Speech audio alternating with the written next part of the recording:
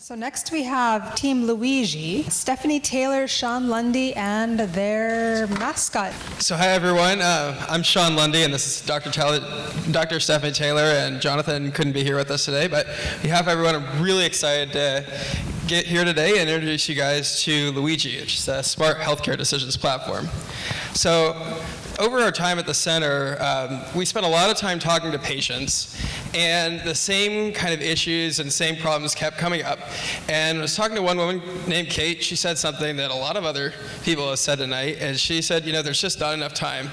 Look, I was just diagnosed with osteoarthritis, and I have to decide between whether or not to get a knee surgery or not, and I don't think 15 minutes is enough. The other thing is I really just don't understand my doctor half of the time what he's saying. And I said, you know, Kate, that's not really a big deal. Actually, in a study, only 12 out of every 100 patients could understand what their doctor was saying. Anyway, which is what led us down the road to creating LUIGI. So we looked for what was out there for people making decisions and shared decision tools, and this was the best thing we found. And if you look at this as a patient, would you fill us out? Because I wouldn't. Like, this looks serious, like I had to take the SATs again. So I'd never use it. So it's just what led us to creating LUIGI, which is a technology platform that uses the published research data that's out there, combined with some questions that asks you and gets to know you a little bit, to create a shared decision guide. And it's built on the concept that with just 20 yes or no questions that are very easy for anybody to answer, you can actually create 1.2 million different unique profiles. So now I'm going to walk you through a little bit about how this would work in Kate's situation. So what would start at the beginning is a very simple transfer of limited information from the medical record that would start to tell LUIGI a little bit about the patient. What's the diagnosis, how old, et cetera, and just get a little bit trained. And then it would ask Kate, in this case, to start talking about how that condition is affecting her life. Because as we all know, your actual condition is actually what affects and has the biggest difference on your outcomes. So these questions would continue to get asked and build a profile, as you'll see here on the patient, and which would populate a decision tree. So as that was built, and once it was completed, it would take the research out there to create that personalized decision guide that Dr. Taylor is going to talk to you a little bit about now. Thank you, Sean. Thank you very much for being here. So I'm Dr. Taylor, and I'm just going to show you the output of the shared decision platform. So LUIGI has created, through listening to you and your yes-no answers, a recommendation, a guide. And in this scenario that Sean has presented, he recommends knee surgery, but that you wait and not have the procedure right away. And so not only does LUIGI present a recommendation, but he explains why. So if you can look at the screen, he shows the parameters that your questions have answered. And these are based on the prospective evidence-based literature, for instance, the Cochrane Review, on parameters that really influence outcome. And he has recommended that you delay your surgery because he recognized from your chart that you have a comorbidity, diabetes, that's been poorly controlled, and that's associated with a negative outcome. So LUIGI says you should wait.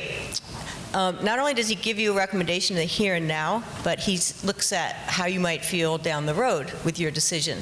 So he matches you with a cohort that is similar to you in your lifestyle, and says 92% of people are happy with the decision that's been made.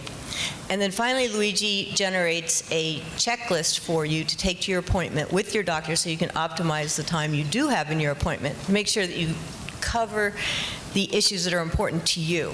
So what's great about this is it's not just limited to knee osteoarthritis or any decision, but it can be used, it's the same method, it can be used over and over as you start to cover all disease states, because it kind of starts with disease, some of the research out there, and then it asks you those yes or no questions to learn about you, fills out that decision tree, and then continually uses machine learning to slowly improve those questions and the decision guide over time. So thanks a lot, everybody, and be happy to take any questions. Thank you.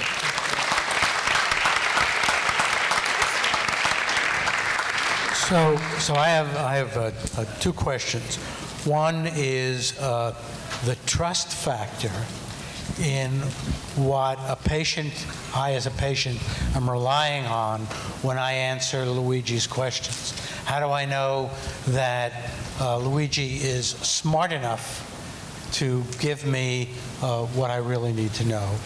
And the second piece is, so now I get this and I march in to my primary care physician and I hand him this. Is this going to create some kind of a tension between us? So that's a very realistic scenario. So let me start with your second question. Will it create tension? I think it would actually enhance the communication, because one of the business models is that you would sort of be prescribed this tool. For instance, the Dartmouth has a whole department about shared decision making. So that this would enhance your time with your physician, ideally. Otherwise, you've got an insecure physician, in my opinion. And secondly, is Luigi smart enough? I'm going to let Sean answer that. What you said about the trust factor, and I mean, if we're going to be real out of this, basically people tend to download apps once, health apps, they never use them again. Most likely, and the way this would actually be used as we talk to people is this: you would use this while you're sitting in the waiting room, and I would tend to trust something that somebody in my doctor's office handed me. I mean, it could be used in other places, but that's the most likely, and because of exactly the reasons you're saying now. So I have a question. As I listened to this, I said, wow, this is a really interesting concept. But I also said, boy, am I, as an average patient, going to understand how to use this? It seems pretty complicated. So I guess as we said before, just kind of what you see on the right, everything's going to happen. All you have to do is swipe yes or no. So if you've ever used an iPhone before, you should be able to kind of go through it. Well, it's not the physical motion of swiping. Oh, it's yeah. the questions that you're asking that So might be a little bit complicated for many patients. Well, so what these questions come from outcome-based studies that show, okay, for instance, in this case with the knee osteoarthritis, and should you have medical management or surgery, if you look in the literature about outcomes, the parameters that are the most relevant are pain.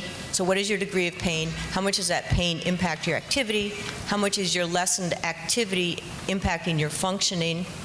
And how much is your decreased functioning impacting your whole life? So those are sort of the levels that Luigi would uncover.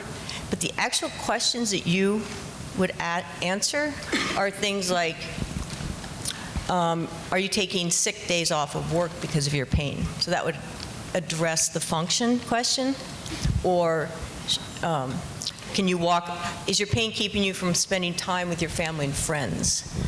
Can you walk up a flight of stairs? So actually what this platform aims to do is to ask very simple binary questions. And with the power of 2, it's 2 to the exponent. Like if you ask 20 yes/no questions, you have 2 to the 20 possible outcomes that can then be combined into the best recommendation. Does that make sense? Yes. Hi. Just 2 quick questions. One is, how many people are using this platform right now? Is it available for people to use? And have you got a user base that you've established, or even just on a trial basis with a beta version? And then the second question is, when you have your recommendation and it's on a mobile platform or something, how do you get that to your doctor? So I just quickly answer about people using it. This concept is being used, but in a very, I think, more cumbersome form, which is like a booklet and a CD. So this app per se, or this platform per se, is not in use yet. And then your other part was, how do you get it into your doctor's office? So you have your phone telling you your recommendation is surgery, but wait, ... right? How do you then get that information to your doctor? Do you have to go in with your phone in your hand and say, my phone here says to wait? Well, I think there's multiple ways. Obviously, a lot of primary care practices, everybody has different technology systems, and that's the concept, is that you could share it if they had ability to gather it. There would be a way that they could pull it up on their screen, but half the time, most primary care providers have no desire to add another technology to their lives. So if you can actually have something that you can show them and say, hey, there's a study, Luigi told me about this study that did, it may be something that's new when the primary care physician wasn't aware of, or just that your specific combination was something that was new and different to them. I'm just curious, what do you think would be a good way to communicate that? Because that's a thoughtful question. I just think you need a receptor on the other end, and the internet is the best way, and not even having an app. I mean, a web portal that they could log in with some user login that you give them, therefore it's secure to you because you give it to them where they don't have it, or something like that. It just seems to me that it's awkward to have to show data off a phone when you really want somebody. Every doctor has a computer in their office. They need a way to pull it up off the internet. Yeah, thank you. That's a good point.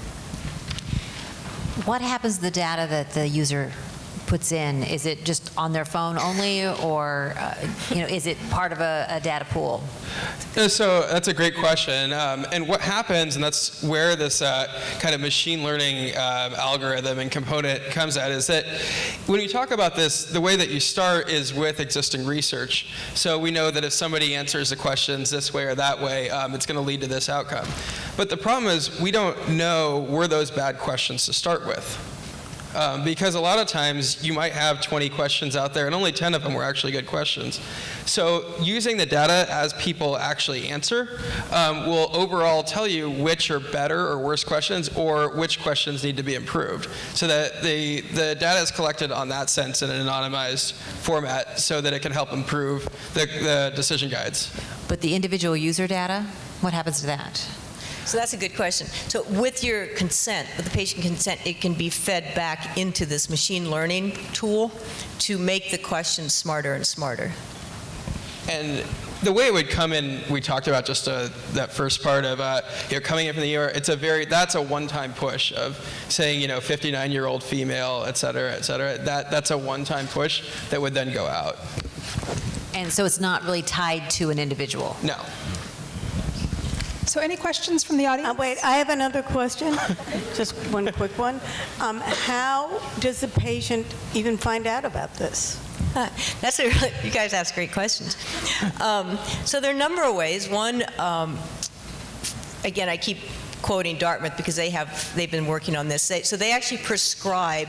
They say you can go to an office, you go to this office and get a booklet and a CD. So that's one possibility, is you could be prescribed the shared decision guide.